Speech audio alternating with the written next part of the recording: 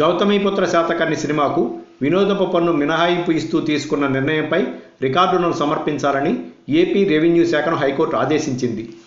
ఉమ్మడి హైకోర్టు తాత్కాలిక ప్రధాన న్యాయమూర్తి జస్టిస్ రమేష్ రంగనాథన్, జస్టిస్ షమీం అఖ్తర్లతో కూడిన ధర్మాసనం మంగళవారం ఆదేశాలు జారీ చేసింది.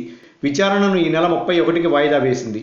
శాతకర్ణి చిత్రానికి వినోదపు పన్ను మినహాయిస్తూ ఏపీ రెవెన్యూ శాఖ నిబంధనలకు విరుద్ధంగా ఈ నెల 9న జీవో 14ను జారీ చేసిందని పేర్కొంటూ న్యాయవాది ఆదర్శ్ కుమార్ హైకోర్టులో ప్రజాహిత వాద్యం దాఖలు చేశారు.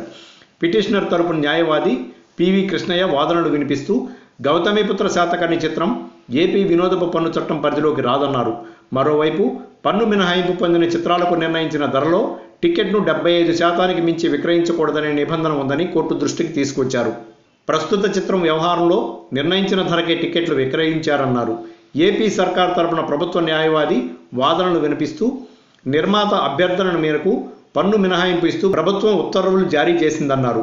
తెలంగాణ ప్రభుత్వ న్యాయవాది స్పందిస్తూ తమకు మినహాయింపు కోసం దరఖాస్తు అందిందని ఇంకా నిర్ణయం తీసుకోలేదన్నారు. ఆ వాదనను పరిగణనలోకి తీసుకున్న ధర్మాసనం చిత్ర నిర్మాతతో పాటు 2 రాష్ట్రాలకు నోటీసులు జారీ చేసింది. పన్ను మినహాయింపు ఇచ్చినప్పుడు టికెట్ ధర విక్రయ నిబంధనలపై తీసుకున్న చర్యల వివరాలను ప్రమాణపత్రం రూపంలో సమర్పించాలంటూ ఏపీ సర్కార్ చిత్ర నిర్మాతకు స్పష్టం చేసింది. Like and subscribe Eagle Media Works.